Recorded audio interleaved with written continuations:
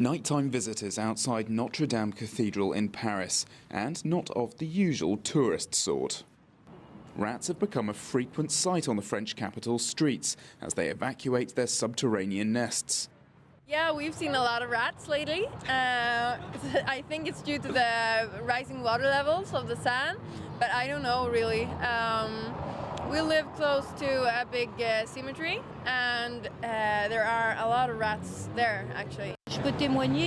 Someone described to me seeing rats in the middle of the Place de la Concorde crossing the street at 1 o'clock in the morning. Pretty gross.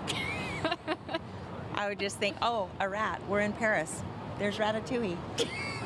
You may think that's a strange dream for a rat. The Parisian hero of that Pixar movie may have been a promising chef with a keen sense of smell. Discovered.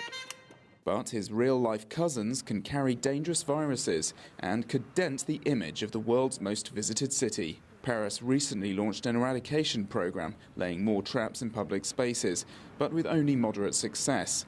And excess garbage outside the city's restaurants is a persistent problem. Paris has around 30,000 trash cans like this one, and while these transparent plastic liners are great for averting terror attacks by making it harder to plant bombs, they're also much easier for rats to get into.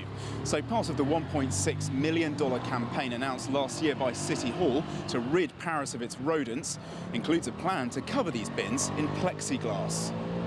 They are our neighbor, you know, since century and century. This pest management expert welcomes the move and says rats do need to be contained, but that they still play an important role in the ecosystem. The rats are very useful, but on the sewage, you know, on the ground.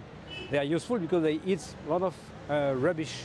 And if they are not there, the rats, it could be another issue, you know. So the national organization, I represented this national organization of expert and professional. We don't wish eradication of rats. We need but control of the population. The mayor has announced further efforts to clean up the city's streets, and with river levels receding, the resident rodents could soon be back where they belong. I think every city has its problem and doesn't really make Paris a less attractive city. Paul Barber, CGTN, Paris.